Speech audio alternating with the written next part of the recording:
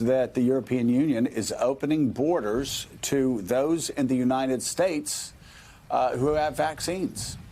So Europe is open to the United States, and I do want to say, and again, yes, this is good news for you and the south of France, which actually she doesn't really like to go to the south of France. That's actually more me, but not every weekend.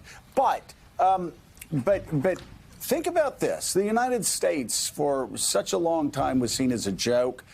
In Europe, there was one story after another that compared us negatively to Europe through COVID, and now here we are on the other side of it. And actually, it's Europe who's. I mean, remember, there's a time when the Bahamas said, no, thank you. We don't want your tourist money. Right. Now, please stay away, Americans. The Bahamas.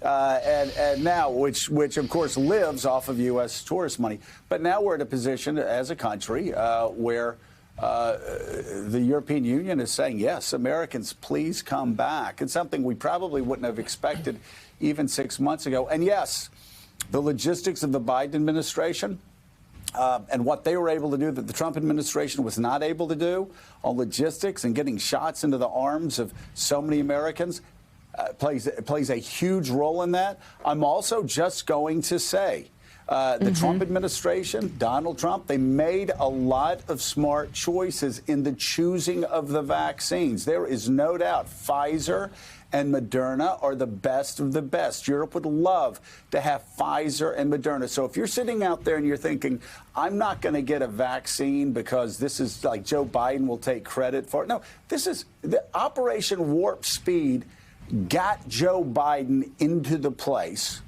where then he could use his extremely talented staff to get the logistics moving forward in a way that President Trump wasn't as good at doing, clearly. And so let's for once put our arms around this vaccine development as historic. And something where if you're a Republican or a Democrat, if you voted for Donald Trump or you voted for Joe Biden, you have investment in this because the right choices were made on which vaccines to push forward. We made the right choices. Europe wishes they had made our choices last year. And now we have a president this year who's been able to get that shot in the arms of 150, 200 million people, give or take 10, 20, 30 million people. It's something we should all celebrate as a country. I know we don't like doing that anymore, celebrating together. This is something to celebrate about. We did something good. Maybe it was ugly and clunky, but both sides did it. Yay, team. Go USA. I'm proud to be an American where at least I know I'm free. Yes, you are. You always have to break out Lee Greenwood at the end of those statements. Absolutely, but it's true. Yes. So listen, it's true, and at the same time, there's still a global issue with the pandemic, and the United States is now sending vaccines to other countries that need them, which can help. But we're not beyond this yet, and I also think that I didn't say we were. I know, and I think it's important to keep in mind that I think we have yet to even scratch the surface of the conversation around the mental health damage that has happened just in our country alone among young people, school age, college age, young people, all of us, in light of this pandemic. That will be sort of the next challenge here as America looks to get back to whatever new normal there is. Topping the news this morning. Hold on. You bring that up, though, Willie. That is. Mika brings up the mental health problem, the mental health challenges that we face. This is something, obviously, that we've been talking about for a long time here.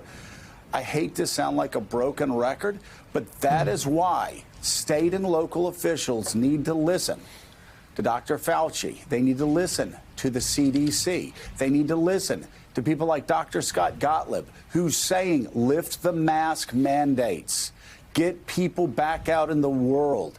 This will help us. It won't help us completely alleviate the mental health crisis that we have, but it will get us moving. A lot of people who've been isolated will move back towards getting reintegrated into our society and will make a big difference there. It is time for us to be aggressive. And just as we said during the Trump administration, we say during the Biden administration, state and local officials, follow the science, follow the CDC, lift those mask mandates so you have credibility to, if you have to put them back on in the fall in a state here or there, great. You do that, but you don't have to right now. The CDC says you're good. Yeah, and with the exception of a couple of places we talked about on the show yesterday, people are moving in that direction. Governments, municipalities, states are moving in that direction. It will be interesting to see, as we talked to Dr. Fauci last week, he said he hopes one of the ancillary benefits of this announcement that vaccinated people don't have to wear masks anymore is that more people will go get vaccinated. So it'll be interesting to see after last week's announcement if vaccination rates do go up. And also, Joe, I want to pause and celebrate with you because I think you're exactly right. My 13-year-old daughter yesterday got a shot in her arm 14 months after the world shut down. That was unthinkable that anyone would get a vaccine 14 months. And with Operation Warp Speed and pharmaceutical companies and doctors and scientists working literally around the clock, 24/7. Books will be written, documentaries will be made about this miracle and the effort of government, private companies, and the brilliant minds in this country that got together to get that shot into my daughter's arm. I feel nothing but gratitude and awe for the people who made that happen. Yeah, and I completely agree. And